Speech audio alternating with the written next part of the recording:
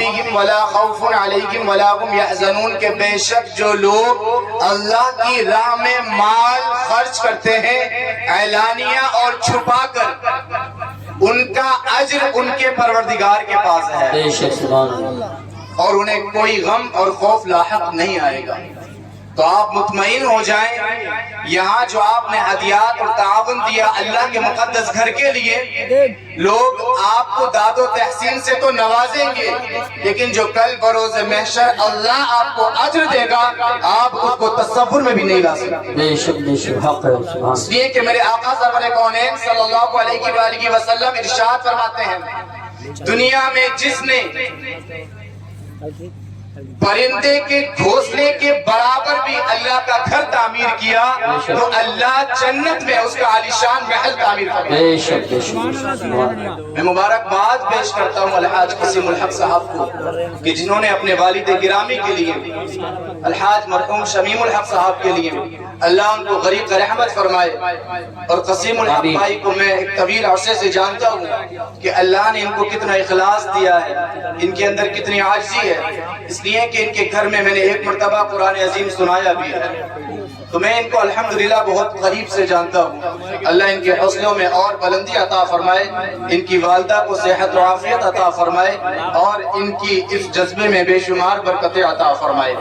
میرے بعد آپ کو بہترین تقریر سماعت کرنی ہے، وقت کا خیال رکھتے ہوئے تھوڑی سی دیر آپ حضرات کے سامنے آیا ہوں، اور چونکہ پیپلز ثانے میں ایک طویل عرصے سے آمد و رفت کا سلسلہ جاری ہے، لیکن آپ حضرات کے روبرو اور درمیان میں فرسٹ ٹائم پہلی مرتبہ آیا، اور یہاں پر میرے استاد محترم حضرت حافظ و قاری احمد علی صاحب حافظہ اللہ بھی تشریف فرمائے، اللہ حضرت کی عمر میں بے شمار برکتیں عطا فرمائے۔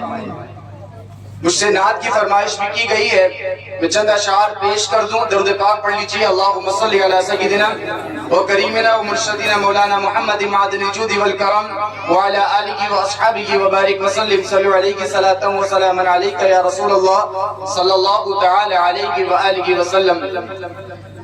کلام اعلی حضرت ترمیم کے ساتھ آپ لوگوں کی سماعت کے حوالے کر رہا ہوں، ملاحظہ فرمائیں۔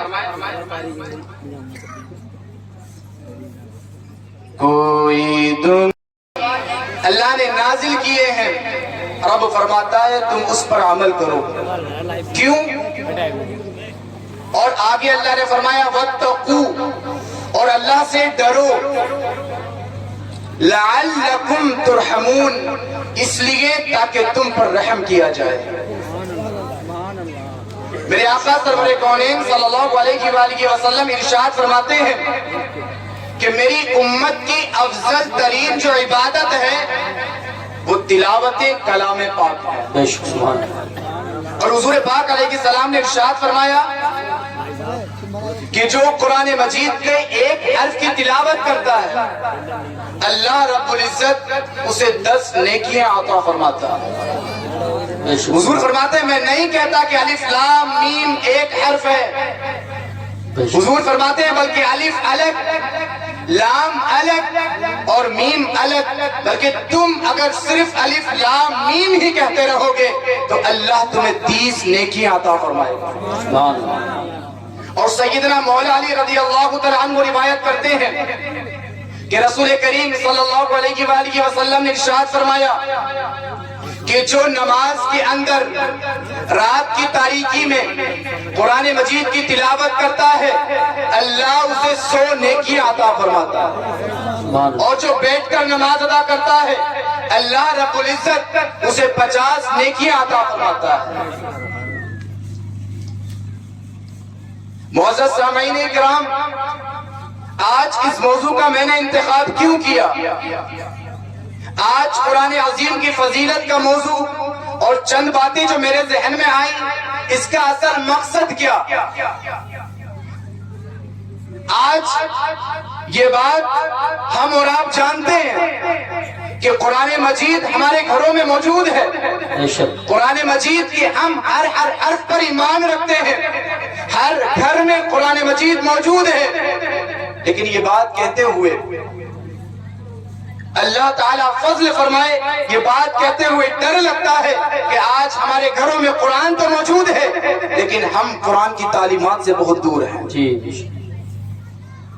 ہم قرآن سنتے ہیں لیکن قرآن اللہ رب العزت نے جو اپنے محبوب صلی اللہ علیہ وسلم کے سینے مبارک پر نازل کیا ہے اس مقصد کو ہم نے کہیں نہ کہیں بھلا دیا. جی جی قرآن مقدس میں اللہ خود فرماتا ہے کہ ہم نے یہ قرآن عربی میں نازل کیا ہے تاکہ تم سمجھو، تاکہ تم سمجھ رکھو.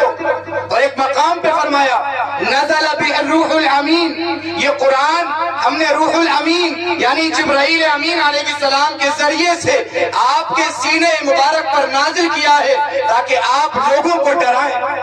بے شک سبحان. حضرت امام حسن بصری رضی اللہ تعالیٰ عنہ جلیل القدر تابعی ہیں، وہ فرماتے ہیں لوگوں اگلے زمانے میں لوگ قرآن مجید پر غور و فکر کرتے تھے، غور و تأمل کرتے تھے اور وہ رات کی تاریکی میں قرآن کو پڑھتے تھے، قرآن کو سمجھتے تھے اور صبح اس پر عمل کرتے تھے. اور آج تم قرآن مجید کے زیر و زبر پر بحث کرتے ہو، زیر و زبر کے صحیح کرنے میں اپنے وقت کو صرف کرتے ہو اور قرآن کو یاد کرتے ہو، قرآن کا علم پڑھتے ہو، لیکن جو اصل مقصد ہے تم نے اس اصل مقصد کو بھلا دیا ہے. حضرت امام حسن بصری فرماتے ہیں کہ قرآن اس لیے پڑھا جاتا ہے کہ اسے یاد رکھا جائے اور اس لیے یاد رکھا جاتا ہے کہ اس پر عمل کیا جائے. حضور حضرت حسن بصری فرماتے ہیں اور جو لوگ قرآن مجید کو خوبصورت کر کے پڑھتے ہیں لیکن اس پر عمل نہیں کرتے ان کی مثال اس غلام جیسی ہے. اللہ انہوں نے مثال کتنی خوبصورت ہے. فرماتے ہیں ان کی مثال اس غلام کی طرح ہے. میری عادت ہنسانے کی نہیں ہے. آپ لوگ سوچ رہے ہوں گے کب میں لطیفہ کہوں اور آپ کو ہنسی آئے. میں کسی تقریر میں نہیں ہنساتا، میں صرف تلخ حقیقت بیان کر کے چلا جاتا ہوں، چاہے آپ دوبارہ دعوت دیں یا نہ دیں. جو چند باتیں آپ سے کر رہا ہوں سکون و اطمینان سے سن لیں، انشاءاللہ الرحمن زیادہ وقت میں بالکل نہیں لوں گا. تو حضرت امام حسن بصری فرماتے ہیں جو قرآن کو پڑھتے ہیں، خوبصورت کر کے پڑھتے ہیں لیکن اس پر عمل نہیں کرتے، ان کی مثال اس غلام کی طرح ہے.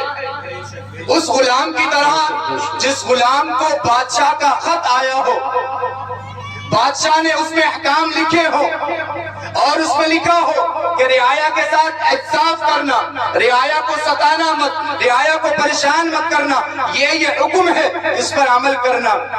وہ غلام اس خط کو کھولے، سکون و اطمینان سے بیٹھ کر اس خط کو کھول کر کے پڑھے، خوب اچھے انداز میں پڑھے اور اس کے بعد پھر وہ اس خط کو بند کر کر رکھ دے. یہ میری بات نہیں ہے، یہ کیمیائے سعادت کے اندر فضیلت قرآن مجید میں حضرت امام حسن بصری کا قول نقل کیا ہے امام محمد غزالی علیہ السلام. فرماتے ہیں اس خط کو پڑھے، خوبصورت کر کے پڑھے اور پھر وہ اس کو رکھ دے. اس بادشاہ نے جو باتیں لکھی تھی ان باتوں کو بالائے طاق ڈال دے. تو فرماتے ہیں اب آپ ذرا بتاؤ کیا وہ غلام عذاب اور عقاب کا مستحق نہیں ہے؟ اللہ رب العزت نے جو کلام ہمیں عطا فرمایا ہے نبی کریم صلی اللہ علیہ وسلم کے ذریعے سے، آقا کریم کے صدقے سے ہمیں نبی کریم صلی اللہ علیہ وسلم کا یہ عظیم معجزہ ملا. آج قرآن ہمارے گھروں میں موجود ہے لیکن قرآن کی تعلیمات سے ہم محروم ہیں. اس لیے کہ اگر قرآن کی تعلیمات پر ہم نے عمل کیا ہوتا، قرآن پر اگر ہم نے عمل کیا ہوتا، قرآن کے معنی و مفاہیم پر ہم نے غور کیا ہوتا تو ہم کبھی ماں باپ کو ستاتے نہیں. اس لیے کہ قرآن میں میرے رب نے فرمایا ہے وَبِالْوَالِدَيْنِ احسانا، اپنے والدین کے ساتھ احسان کرو، اس نے سلوک کرو. اما یبلغن عندک الکبر احدهما او کلاهما فلا تقل لهما اف ولا تنهرهما وقل لهما قولا کریما. رب ارشاد فرماتا ہے کہ میری یا ان کی بات نہیں ہے بلکہ رب ذوالجلال کی بات ہے، یہ رب ذوالجلال کا کلام ہے.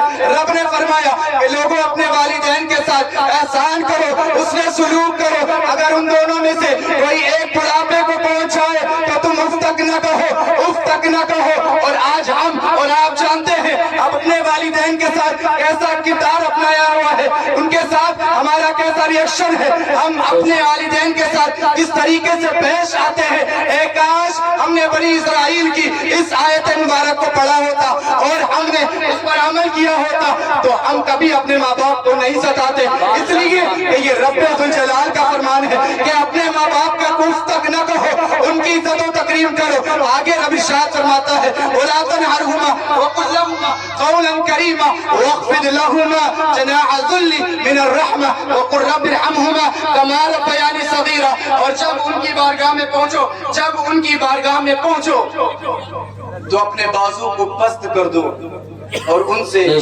نرمی کے ساتھ پیش آؤ۔ سبحان اللہ۔ اتنی دیر میں تو میں 2 کلام بھی پڑھ لیتا، ابھی سے پرچہ بھیج دیا، وقت ہو گیا۔